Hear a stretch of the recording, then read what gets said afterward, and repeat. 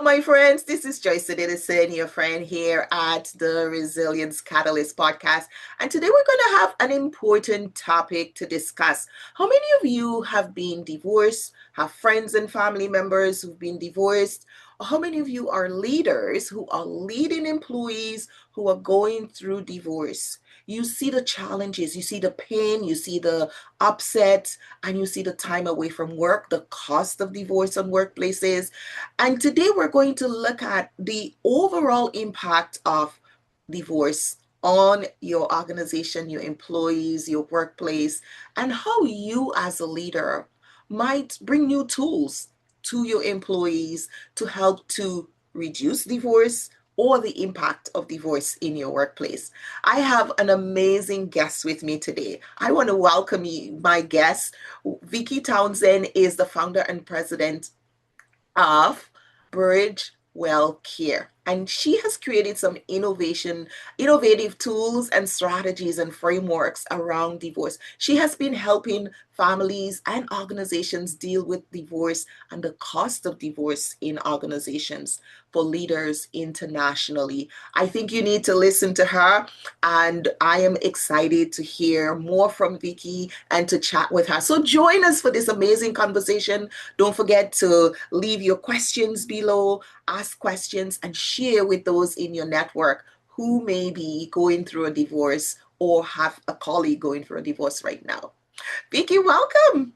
Thanks so much. I'm so excited to be here. This is so exciting. And I so appreciate your work with resilience and organizational management. I just think that we hit each other, and connect on that way. So thank you so much. I appreciate it.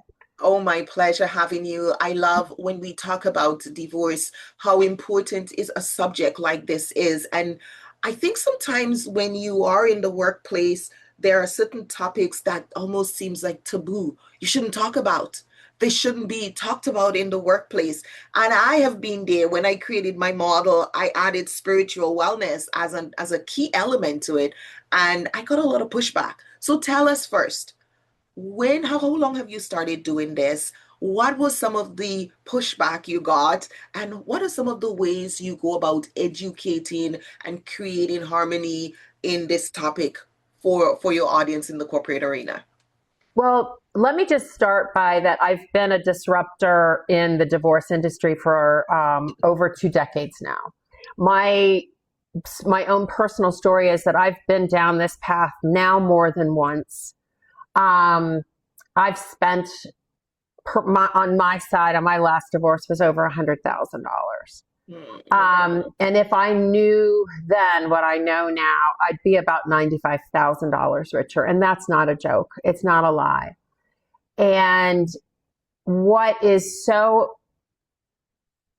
a pretty smart girl, and I had been through it before, and I still screwed it up. And so I've started, this is my 3rd company in this arena. First was divorce coaching for individuals. Then I started a company with a partner called the National Association of Divorce Professionals. And the mission of that organization, we had chapters across the country and even in Canada, where the mission was to get all of the players that are involved, because it takes a village. It really does take a village. But they didn't really communicate. And then with the mission of, if we had teams that could help families get through it in a kinder and gentler way, it would be easier for that family to get through in one piece.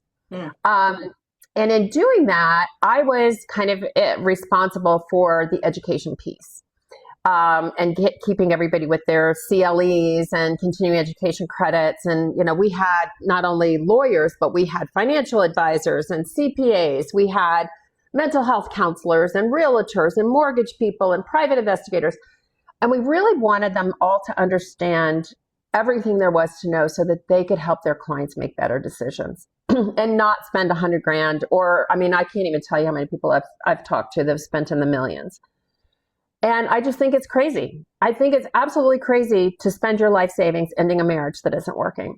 So one of the things that in my education piece was understanding was the impact that divorce has on corporations and government agencies. As an example, 75% of all welfare applications in the United States are due to a direct impact of a divorce, right? 75%. 75%. There was a company called Family Innovations. They've since changed their name. They are an organization that they want families to stay together, right? They're all about that. And, and it's true. Happily married employees are better performing employees. Yeah, absolutely. So they did a whole study on the impact of divorce on the workforce. And it's probably about, 12 years old now, probably. But back then, the impact on the United States government and corporations was $300 billion a year in lost productivity. And so how does that lost productivity show up? It comes in ways of absences. An employee going through a divorce takes about 50% more paid time off. Yes. That's expensive, right? And an additional 6 to 8 days a year. It comes by ways of distractions. You've got people on their phone because their lawyers are calling, right? Their financial advisors calling, their CPAs are calling. They're trying to get in touch with their banks to get their statements. All of that causes distractions. A divorcing employee is 4 times more likely to make a critical error. Now, I work a lot with first responders, particularly firefighters and police officers and dispatchers. But when I make a critical error, it's, I replied all to an email, right? But sometimes these guys, when they make a critical error, it can be life and death. It legitimately can be life and death. Same with surgeons, right? Do you want your surgeon doing your surgery when they just found out that their wife asked them for a divorce or their husband asked them for a divorce that morning, right? You don't want that. They are also, presenteeism, right? Yes. That right? That's when they're at their desk, but mentally they are just checked out. They are somewhere else. And that's the most, Harvard Business Review did a whole thing on that. Said that's the most expensive one because you can't track, right? You can track absences, but you can't track when they're just, just disengaged. And then the last thing is that nearly 10% of divorcing employees quit. So in some of these kids in New York, where we work, replacing one of those firefighters in over 5-year period is over $1 million, right? So with your clients that are out there, that they have some high rolling, we work with some financial organizations where some of their people make between $1 million and $15 million a year. Imagine losing just one of those in your organization, just one. So they're like, yes, we want to keep them happy. And one of the things that's the most interesting about what we do is that we are predictable. There's statistics behind all of this. You've got your first time, people that are married the first time, they got a 47% chance of getting a divorce. And those years are pretty much between the ages of 35 and 54, maybe 35 now and 64. Those are your management. Those are your long-term employees, right? Those are the ones that have been, climbing that ladder and you've invested a lot of time in. And so that's where it happens. There's something called the gray divorce, and we can talk about that in a little bit. But for the most part, these are your upper management, long-term employees. And so 47, even if it's just everybody's been married once, you've got a 47% chance that they're going to go through a divorce in their career with your organization. So those are just some of the costs. And, you asked about pushback, and the pushback that I've received are these. It's a religious issue, right? This is a very, and it's very personal, but for the most part, and particularly through HR, I hear it's none of my business. But if I told you that a divorcing employee loses about 40% of their productivity for 3 to 5 years, you'll start to understand it very much is your business. And responsible employers will get them the support that they need, which is why I've created Bridgewell Care, because we offer an entire family. If they want us, we want. I'm not pro-divorce, by the way. That's not what I'm about. But I don't want people to spend their life savings ending a marriage that's not working.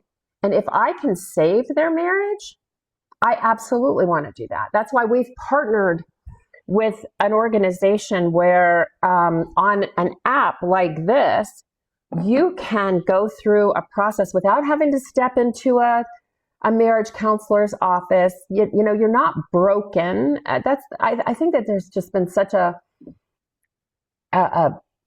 misnomer with, saying that you need therapy for your marriage. You're not broken.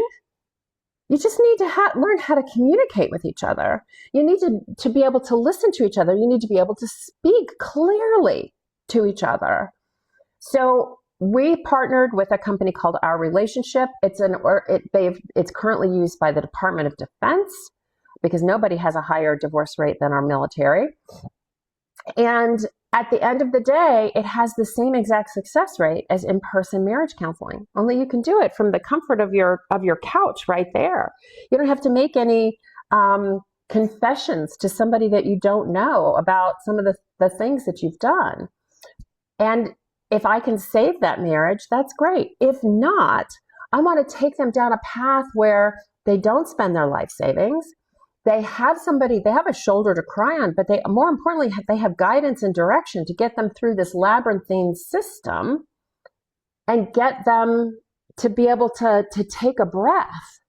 And then we also offer them support with their children, because children whose parents are in conflict have problems. Yes. So we partnered with another company called Peace at Home Parenting to give them, parenting advice from experts to help them help their children through it. So we are a family first organization. And we know that when an employee is happy and functioning at home, that it comes back to the bottom line of the company that they work for. I am so glad you're talking about it. One of the things that, and you're like, okay, Joyce, you do resilience at work. How does that fall into divorces? And I have seen that so many times. I have been working with leaders who we've gone through a difficult conflict with the employees. They're challenged. They're going through CEO, going through issues with their boards. And then at the end, they're like, Joyce, I trust you and I really enjoy working with you. Can you help my spouse and I? Because what we don't realize is that if you have poor interpersonal and communication skills in one relationship, you're going to take it to the next relationship. And Absolutely. As a conflict analyst, working with organizations for the past 28 years, I see it over and over again where the employees who are showing up in the facilitated discussions, who are showing up for the mediations, the ones who are in conflict, the ones who have grievances, and there's always that little voice in my mind. I wonder where her husband goes or where his wife goes, because there's no grievance. There is no place to file grievances with your spouse. Joke. And it's no joke. It is, because at work, you can file a grievance, you can file a harassment complaint, you can file a bullying complaint. But these people, if you're living with them as a spouse, where do you go? Where do you file a complaint? How do you get help? And this actually propelled me to take my work and the model that I do in that whole interpersonal well-being. And my 7th book that I wrote is called A Marriage That Thrives. I've put my 33 years of marriage and all my well-being strategies to really say, let's help couples, because I almost feel like there is a divorce industry that just keeps growing. And it's not the families that are growing, it's getting help. And I'm going to tell you that, first of all, you don't need to be legal. I don't know what it's like in Canada, but here in the United States, a lot of our young people are not legally marrying, right? Yeah. But it doesn't mean that they don't have a home together. They don't have children together. They may have a side hustle or a business together. And I liken the divorce industry. By the way, I'm just not a fan, as you can tell. I liken the divorce industry to you guys in Canada. It's pretty. You guys have a great healthcare system compared to ours, but I liken it to our healthcare system. In the divorce industry, there is not only no incentive to get you through it, there's actually a financial incentive to keep it going. And that's where the problem is. That's where the problem lies.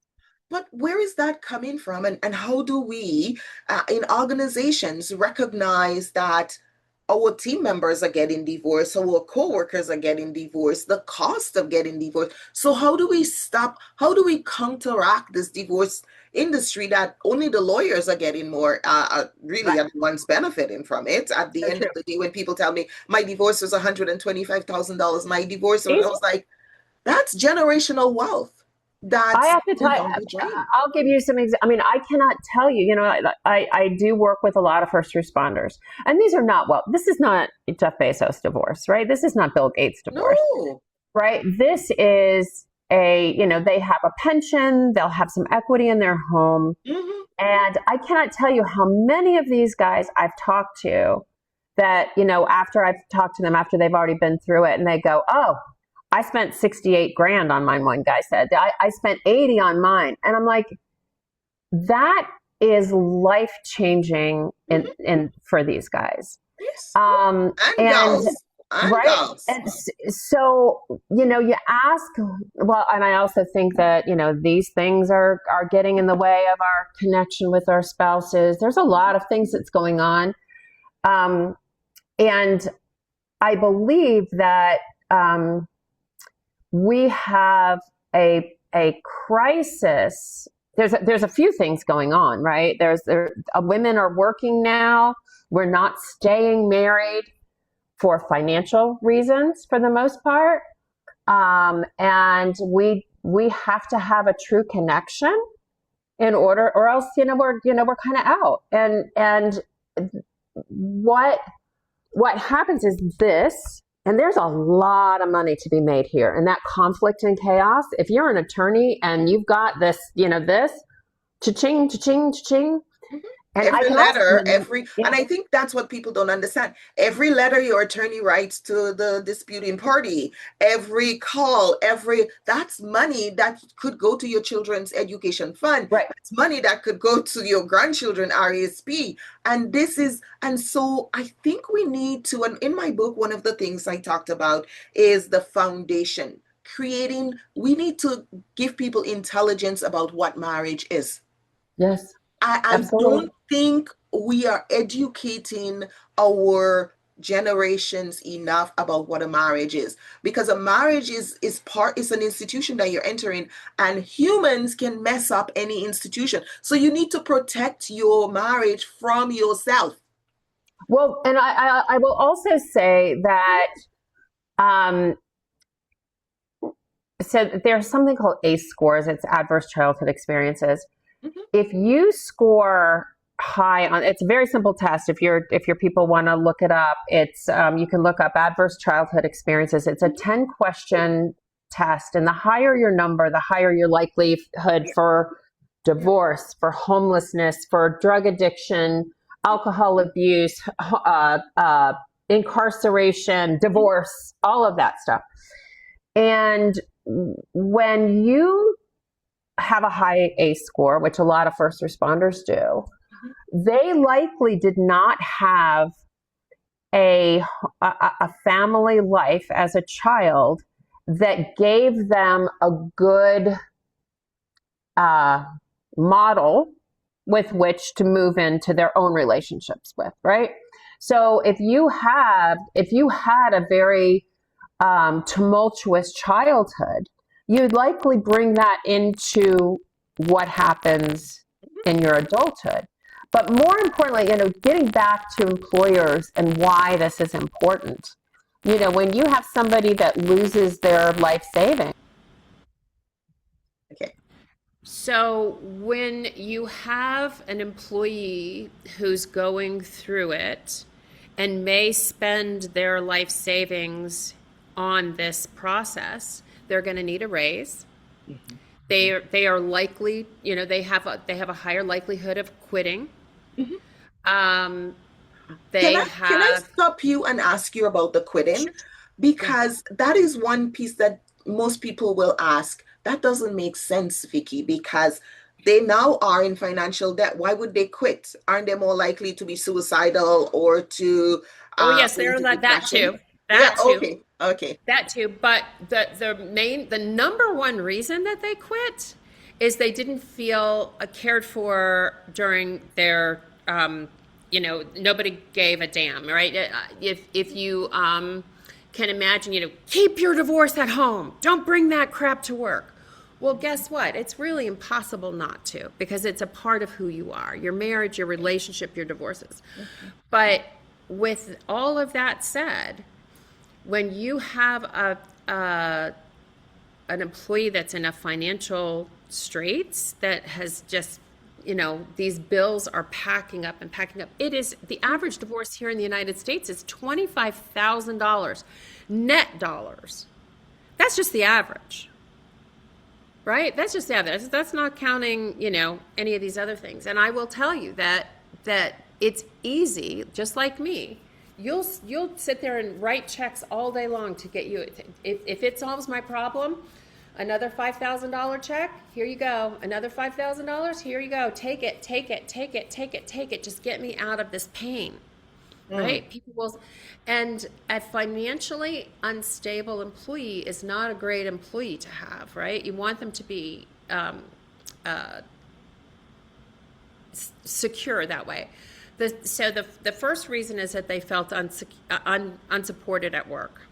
The second reason is they can't find affordable housing near their work.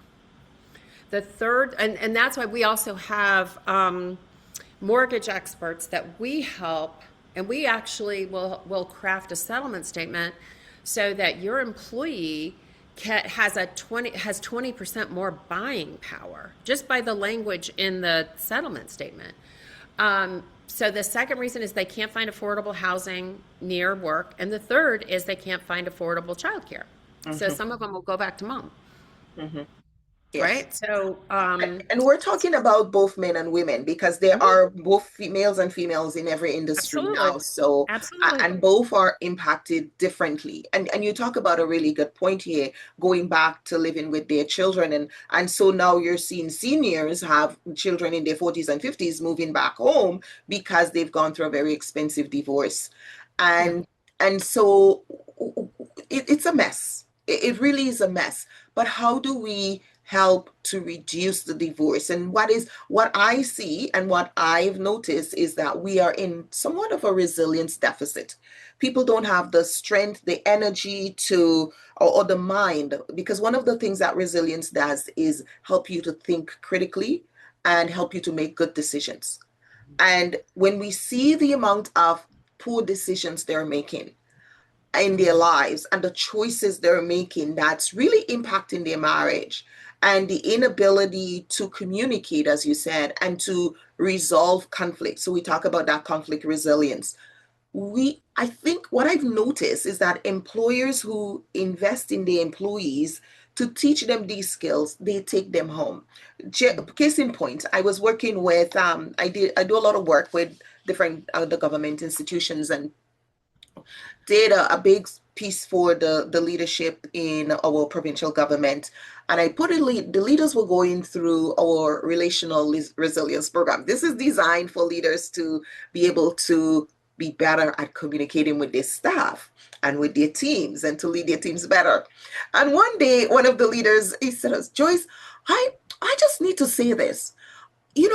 What you're teaching us here, I'm taking it home to my spouse and to my children. And he's looking at me, expecting me to say something different or negative. And I'm like, good, thanks for telling me. And I was like, who else is in the boat? And everybody put their hand up. And I was like, exactly. I said, when your employer invests in you, it's so that you can have a better work relationship, because work is supposed to support your life. So we need to be training our employees with the comprehensive life skills, especially as we move more into AI. We now have these smartphones. People have lost the ability to communicate.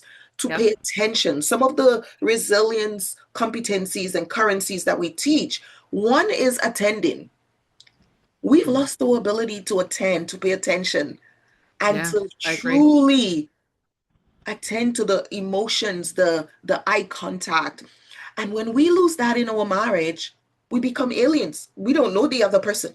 I can't tell you how many people talk to me that tell me that they're on these devices at the dinner table, or Yes. they're sitting next, they can be sitting next to each other in the living room watching TV together, Yeah. but one of them is watching something on YouTube, the other one is watching TikTok, and none of them are communicating with each other. Yes. So we've lost, I agree with you, we've lost the ability to communicate, or perhaps we never had it.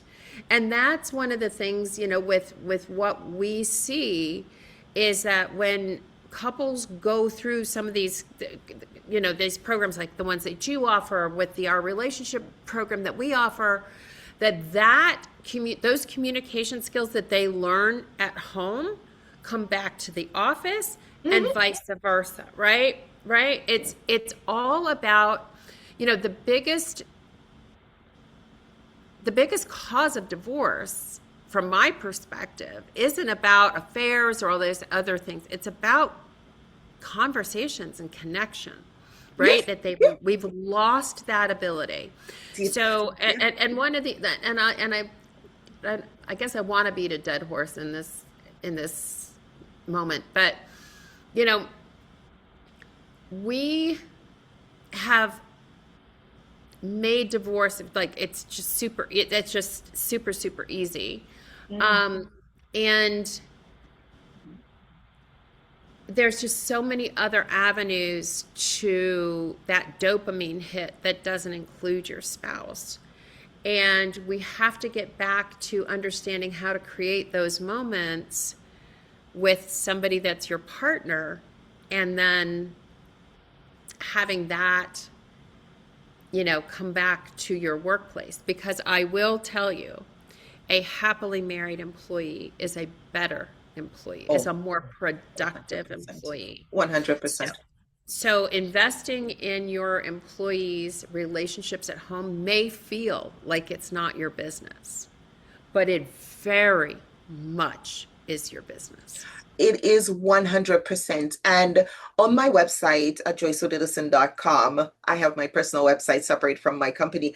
I actually have my book, A Marriage That Thrive, and I talk about why it's important for organizations to see this as a way to invest, because they have this attitude, oh, they can go to EAP. EAP does not teach you life skills, transformational skills, behavioral transformational skills. EAP is for crisis management. Right. And I will also say that, so like I told you, I work with first responders. They don't trust them. Oh, A yes. lot of Oh, employees don't trust them. And you're right. They don't teach you. I will say this also. We send couples to therapy. And I think that's what 70% of couples won't go to couples therapy. 70%, mhm. right? Why? Because I'm not broken. I'm just not connected, right? And so we have to stop sitting there going, oh, you need our EAP plan because you need to go to couples therapy. Well, couples therapy, just the word therapy means you're broken, that there's something wrong with you. No, you just need to learn the skills to communicate and connect with your partner. And if Absolutely. right, Absolutely. calling it therapy, I think has been the biggest demise in our in our community, is that this is not about being broken. This is about needing to learn the life skills, just like you need those management skills and communication skills when you work. You need those same skills for the most important relationship in your life, which is with your spouse or your partner. Absolutely. We spend most of our time at work, and Mhm. our waking hours at work, and then the next part with our spouse. But Right. we are investing so much in our employees at work, And we are forgetting that we should be teaching skills that are transferable to home and having those conversations. One of the things I find, and one of the things employers say to me is like, we've never talked about marriage and healthy marriages in our organization. It has never been part of the communication. I was like, well, maybe it should. Because Yeah. if you have a set stats that shows you 50% likelihood of Right. issues, why on earth would you sit and wait for it to happen? And I think we need to remove some of the stigma around therapy because I think what we think everybody who have marriage problems should go to therapy. I think some people are broken. Some Some people, people yes, are broken there's and no they doubt. need It's therapy. appropriate. And I think some people need the skills and communication and conflict resolution, training and support and coaching to help them and the structure on how to have conversations. Because my husband and I have been married for 33 years and he was law enforcement for 27 of those years, right? First responder, law enforcement.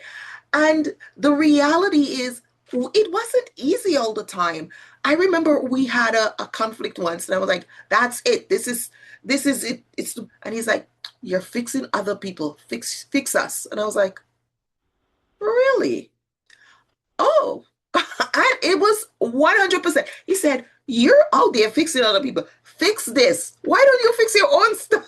And I was like, okay, well, thank you for enlightening me. So, are you prepared to work with me to fix it? And he's like, yes, whatever you think we should be doing, let's do it together.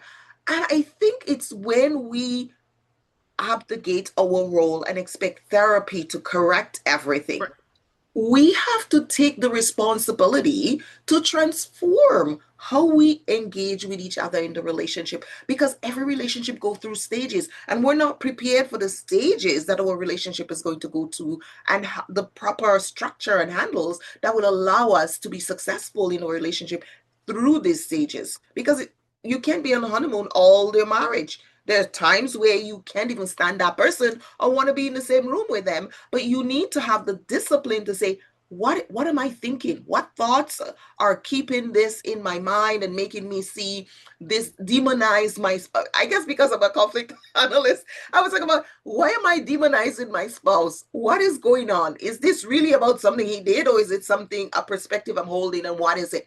And we need to be able to teach people how to do these things because otherwise they get angry and now they're divorced and people are coming and say, oh, I guess we shouldn't have divorced. It costs so much. You know, you made a comment that it's easy. Is it really easy? It's not easy to divorce.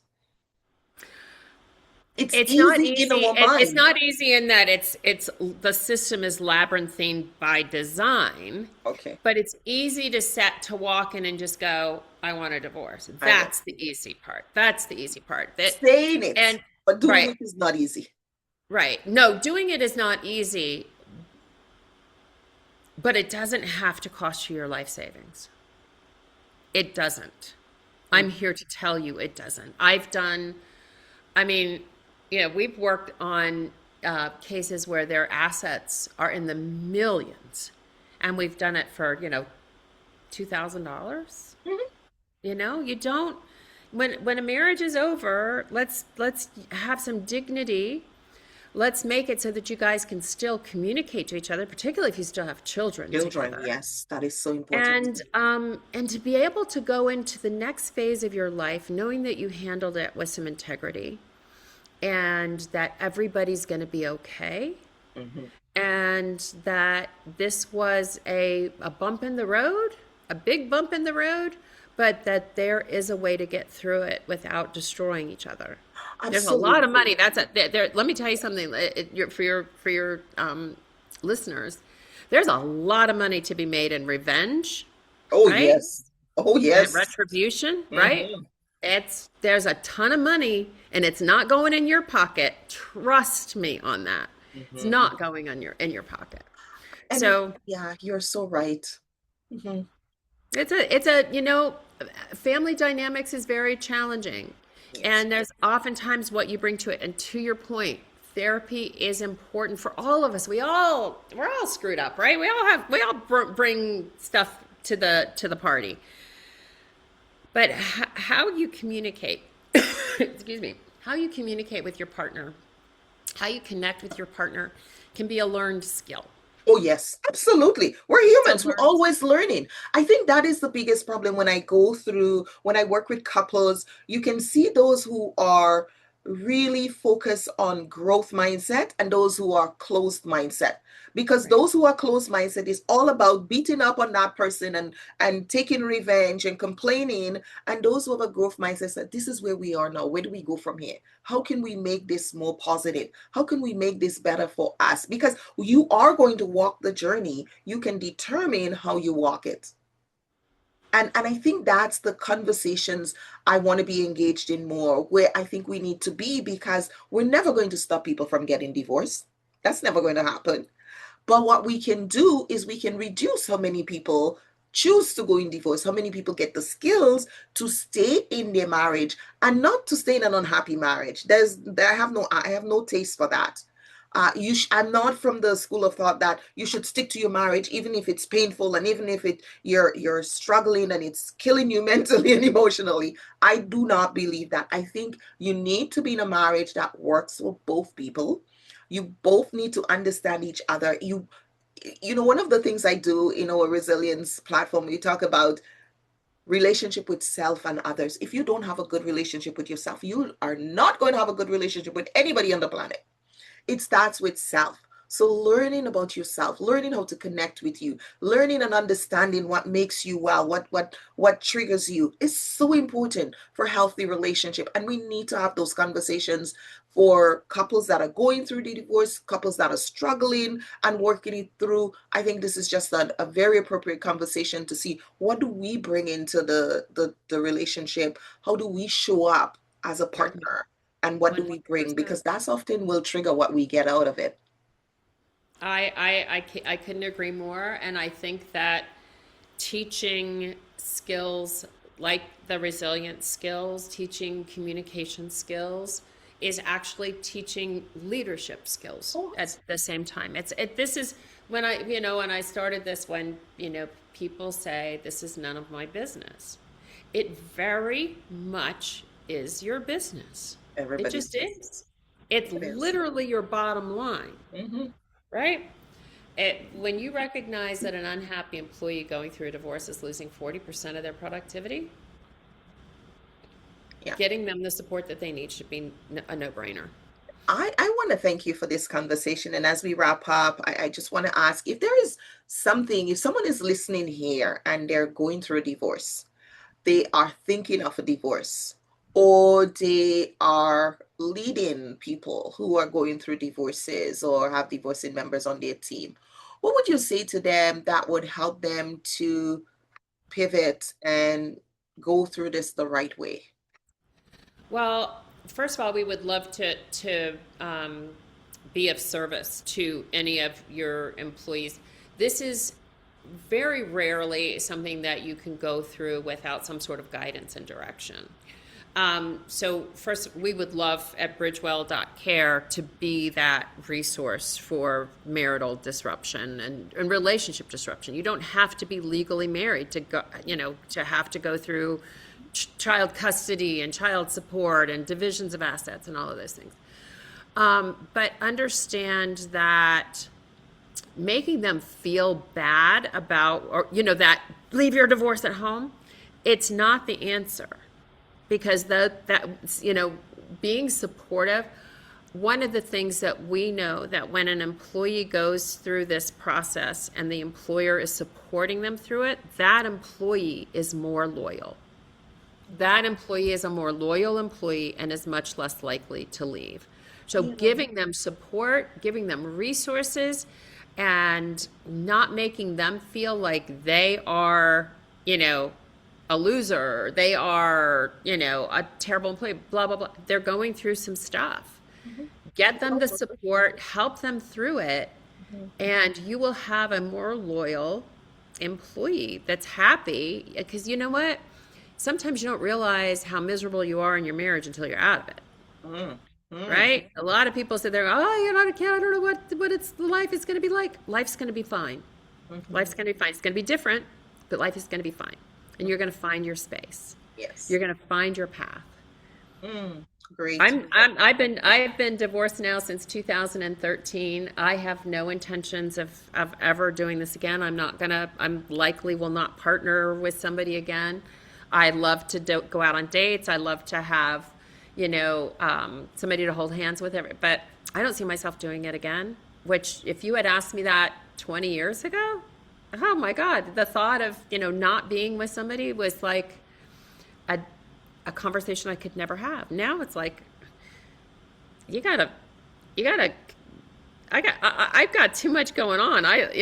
For me to give up all of this for somebody else. So, life can be different and life can be great.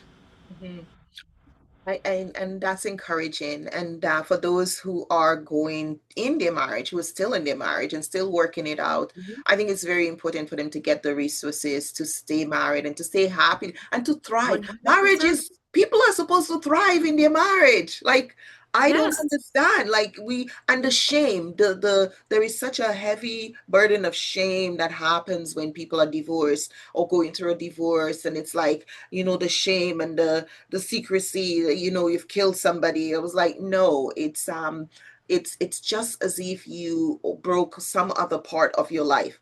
Then let's get you the right help. Let's get you the right support. Let's Support. get you, and it's not always therapy. I think there's time for therapy and there's time for action. Hmm. Hmm. Yeah. Let's do which is best. If you're a CFO, right, a city manager, somebody that's responsible for the checkbooks, I hope that if you're listening to this, that you can start to see that this is a financial decision, not just a supportive decision. Yes. And Oh, it's just absolutely. such a win-win-win. It's a win for the family, it's a win for the employee, it's a win for the company, the organization.